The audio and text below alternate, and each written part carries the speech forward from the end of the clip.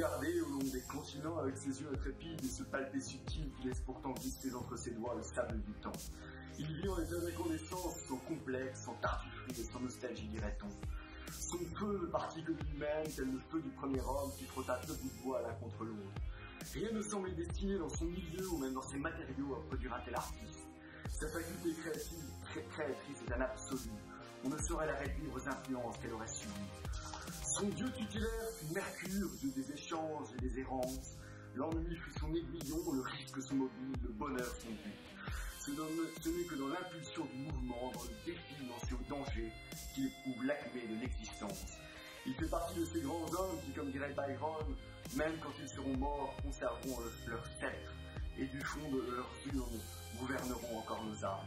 Il n'a pas connu de certitude et n'a fait que poser des questions.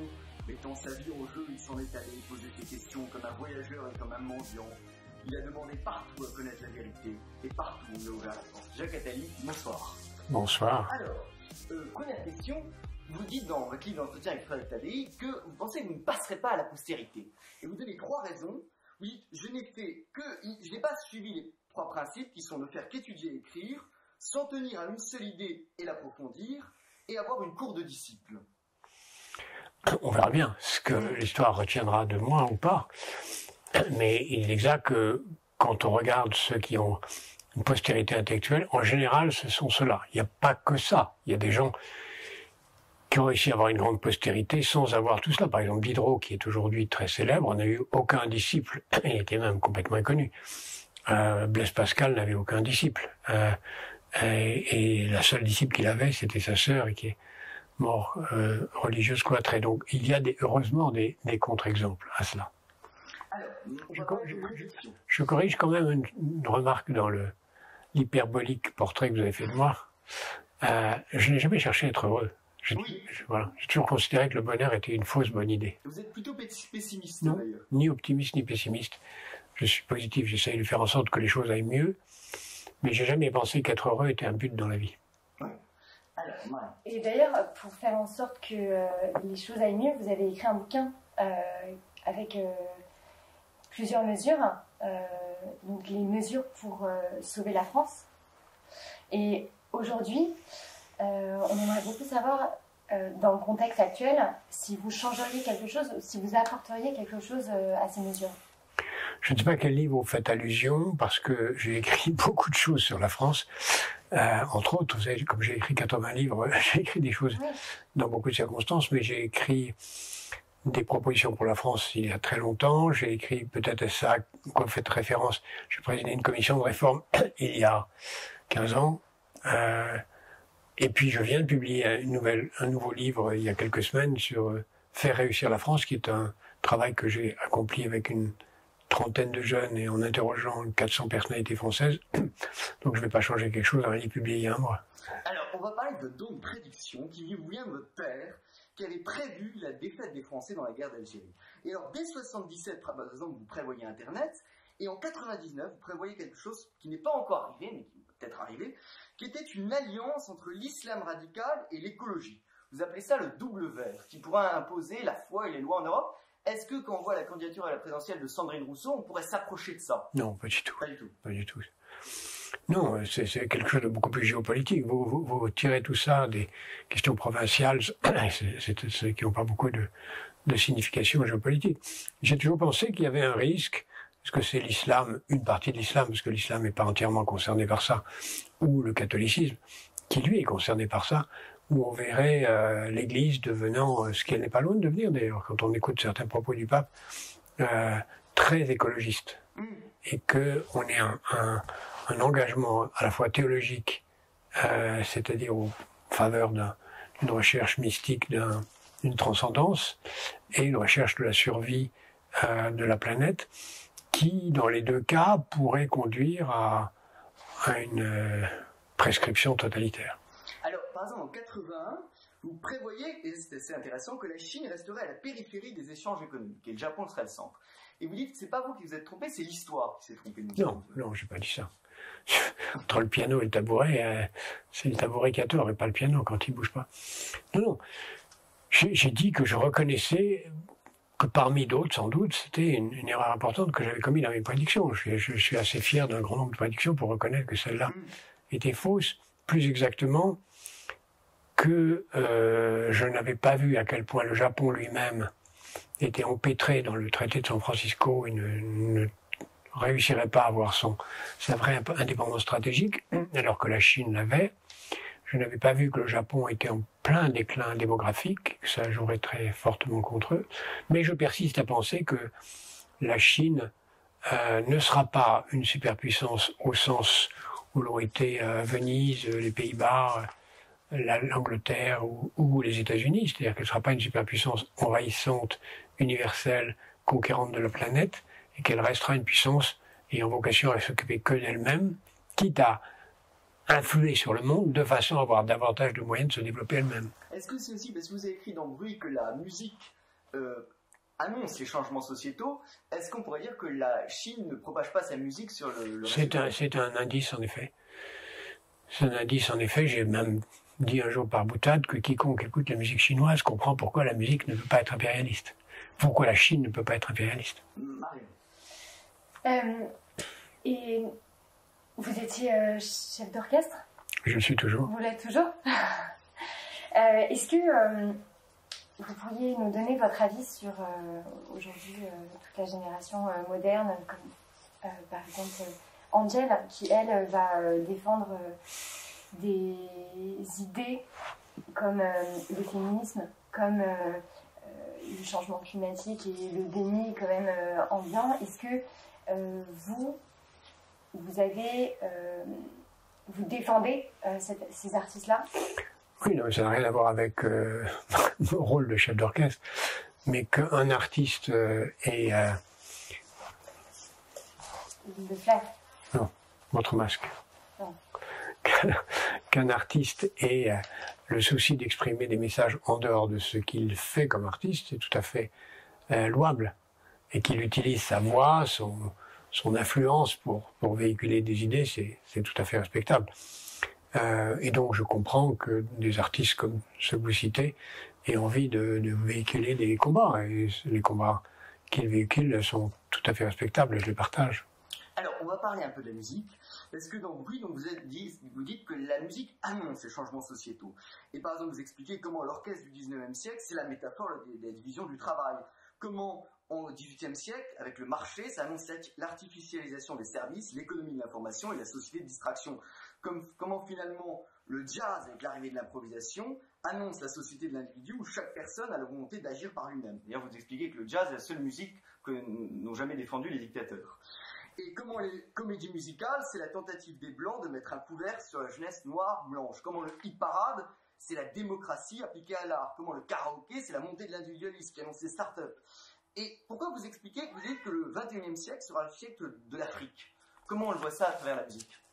Ça crève les yeux depuis la fin du 19e siècle, où déjà à ce moment-là, on voit que la musique africaine prend le dessus à travers les colonies, le Brésil, les Antilles, puis ensuite ce qui se passe dans le sud des États-Unis, et puis ensuite à Chicago, où on voit la musique noire prendre le pouvoir dans la musique. Et donc la musique africaine a pris le pouvoir sur la musique occidentale, ce qui est un des signes annonciateurs un siècle avant de la montée de la puissance africaine qui est devant nous. Alors on va parler un peu de votre expérience au sein de l'État proche de François Mitterrand, et on peut se demander, est-ce qu'on peut rester un scientifique lorsqu'on est engagé politiquement? Est-ce que ça biaise les recherches? C'est une question importante.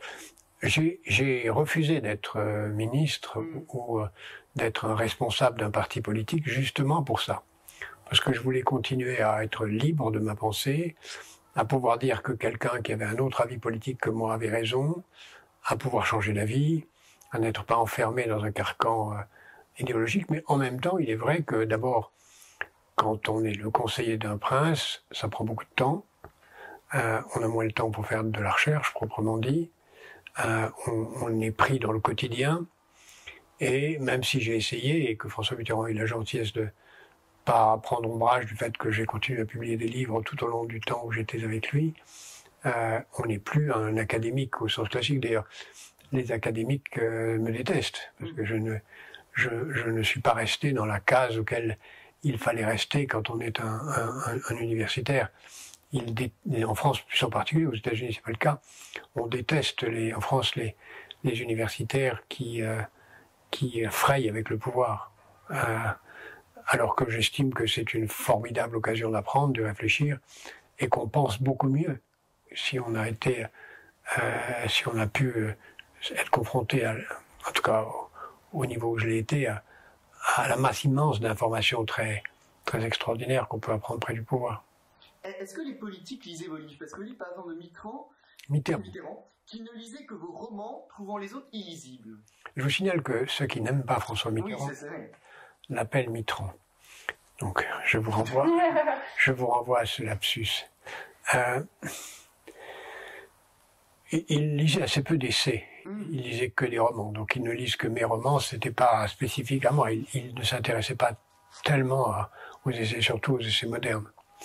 La littérature était pour lui davantage romanesque. Pour le reste, il lisait la presse.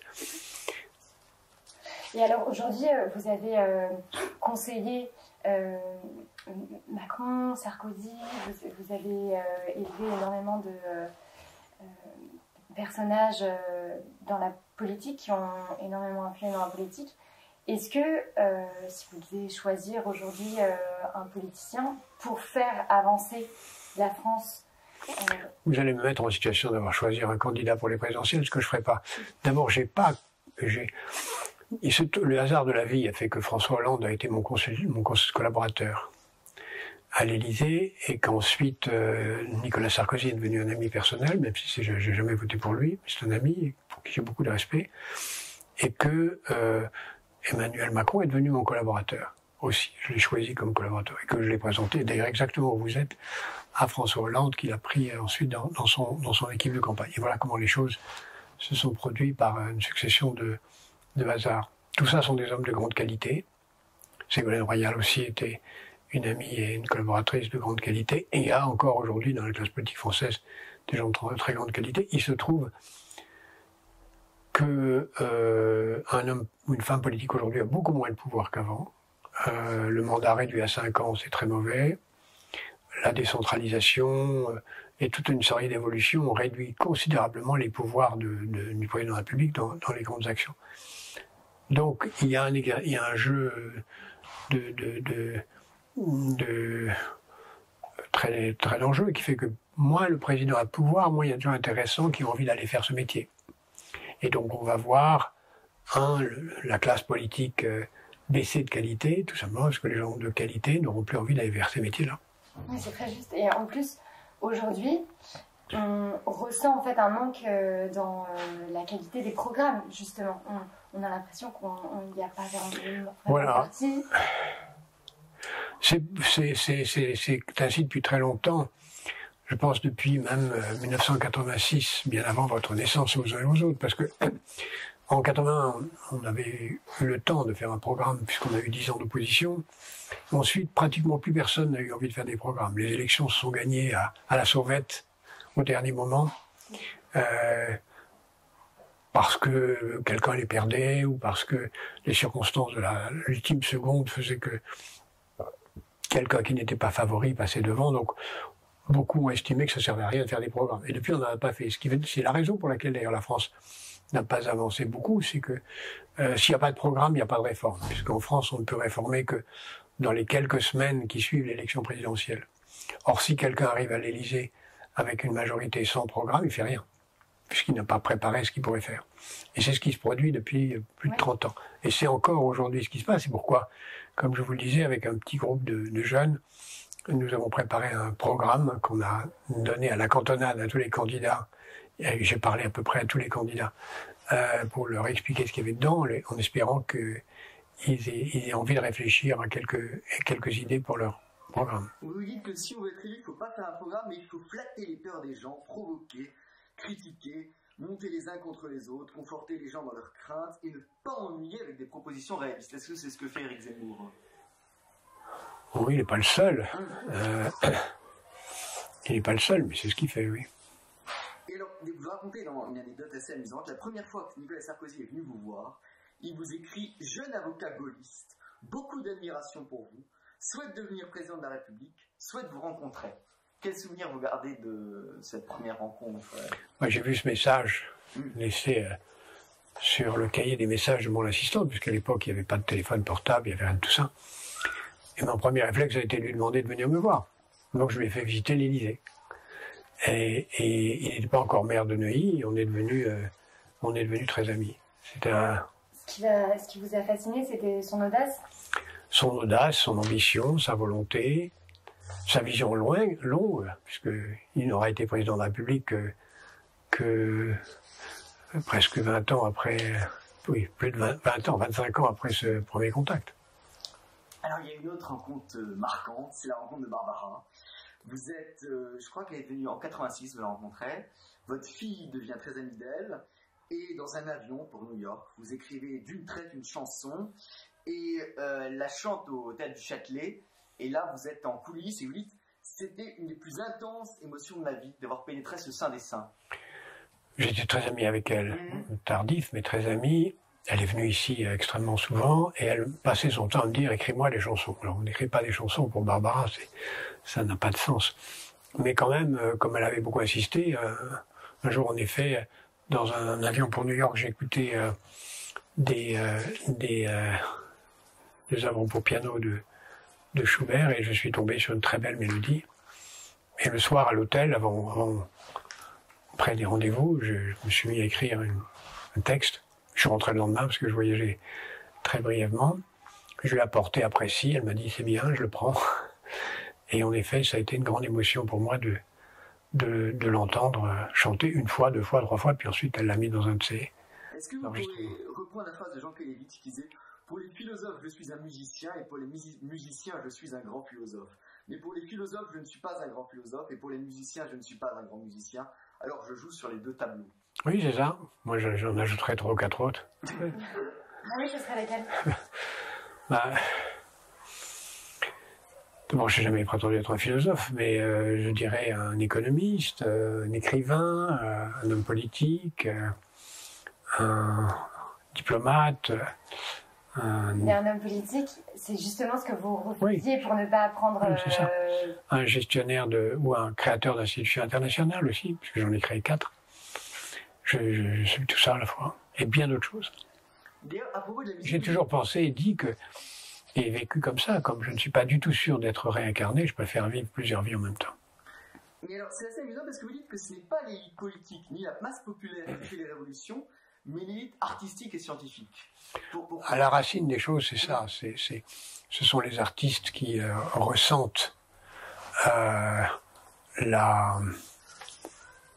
les scandales, qui ressentent les contradictions, qui ressentent ce qui ne va pas, qui ressentent les malaises, qui les expriment et qui ensuite les font résonner dans le peuple et font que le peuple s'anime. Donc c'est eux qui dénoncent, en quelque sorte. Dénoncent, transcendent, révèlent, donnent un sens à la fois par l'inquiétude et par la beauté, tout à la fois. Vous pensez à des artistes, là, précisément?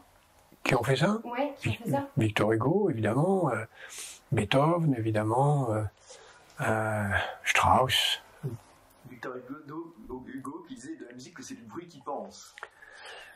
Oui, il était un grand écrivain, il était un grand dessinateur, il n'est pas très connu pour ses dons musicaux. Alors je voulais vous interroger sur une phrase à propos de la religion. Vous dites, la religion est une forme d'utopie de l'immoralité. Non, de l'immortalité. De l'immortalité. De l'immortalité. Oui, qu'est-ce que ça veut dire la religion? Nous sommes tous confrontés à une énigme, c'est qu'est-ce qui va se passer pour nous après la mort. Et il y a 2 voies de réponse. Enfin, il y a 3. Il y a une voie qui dit, il n'y a pas de réponse, on sera le néant, point final. Il y a une voie de réponse qui dit, nous avons une vie ailleurs, dans un autre espace-temps, qui s'appelle le paradis, l'enfer. Ça, c'est le religieux qui nous dit ça. Et puis il y a une 3e réponse qui dit nous avons une immortalité sur Terre par la trace que nous y laissons, par nos enfants, par le fait que nous faisons en sorte que le monde soit meilleur après nous. La religion, c'est une utopie de l'immortalité hors de l'univers humain. D'ailleurs, vous dites que tous vos livres, finalement, convergent vers l'idée de la mort, de conjurer la mort. Vous savez, je crois que toute œuvre intellectuelle ou artistique ne parle que de ça. Parce que c'est la seule question, c'est la seule énigme fondamentale. Donc vous pouvez toujours, même si vous prenez un cœur simple de Flaubert ou Adolphe, qui sont deux des plus grands textes de la littérature française, ça parle que de la mort, même si c'est pas le sujet. Ouais, c'est une fuite. Non, c'est pas une fuite, c'est une énigme. Et chacun essaie de donner une réponse à cette énigme. Bien, vous dites, je considère tous les humains comme mes neveux. Est-ce que c'est aussi pour ça que vous avez fait beaucoup de raisons funèbres? Je crois que vous avez fait celle de Michel Berger. Non, ça c'est un hasard. Je considère tous les humains comme mes neveux parce que j'ai des enfants que j'adore et je ne peux pas dire que tous les humains sont mes enfants, mais je pense que chacun d'entre nous devrions nous comporter comme si tous les humains étaient nos neveux. C'est-à-dire comme si nous avions une responsabilité à l'égard de tous les humains et de ne rien faire qui ne puisse leur nuire. Alors, vous parlez de vos enfants Non, j'en parle pas, si possible. J'en parlerai pas alors. Merci. Mais je serais curieuse de savoir ce que vous pensez par rapport aux réseaux sociaux, par rapport à cette génération où vraiment on a vraiment accès à l'information. C'est pas une génération, moi-même j'utilise Internet depuis 30 ans, c'est pour ça que quand on parle de nouveauté, c'est pas du tout nouveau. Moi, encore une fois, j'utilise Internet depuis plus de 30 ans. Quand j'ai pensé à la grande bibliothèque en 89, c'était à propos d'Internet, en 1989, vous imaginez, il y a 30 ans d'ici, donc c'est pas du tout nouveau. Internet c'est pas nouveau, YouTube c'est pas nouveau, Instagram et tout ça c'était parfaitement prévisible, j'en avais parlé dans mes livres dans les années 70. Donc non, il n'y a rien de nouveau et ce qu'on peut trouver peut-être relativement plus nouveau, c'est ce qui se passe avec les